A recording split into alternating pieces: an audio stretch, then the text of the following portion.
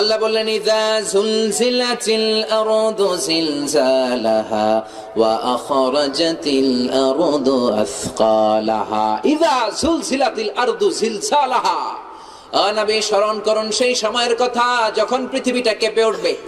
পুরো পৃথিবীটারে ধরে আল্লাহ একটা ঝাঁকুনি দিবে। ওই ঝাঁকুনির চোটে পৃথিবীতে আর কিছু থাকবে? জোরে বলেন, থাকবে? বিজ্ঞানীরা বলে, বিষ্ণু হইতে বললেন 4টা কারণে আল্লাহ আযাব আর গজব হিসেবে ভূমিকম্প পাঠায়।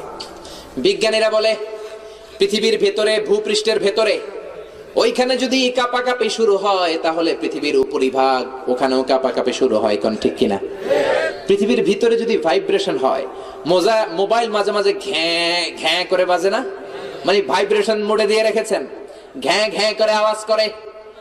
পৃথিবীর ভেতরে যদি ভাইব্রেশন হয়, পৃথিবীর মাঝখানে যদি কাঁপাকাঁপি শুরু হয়, গুলো কাঁপাকাঁপি শুরু হয়। কোন ঠিক কিনা? এই পৃথিবীর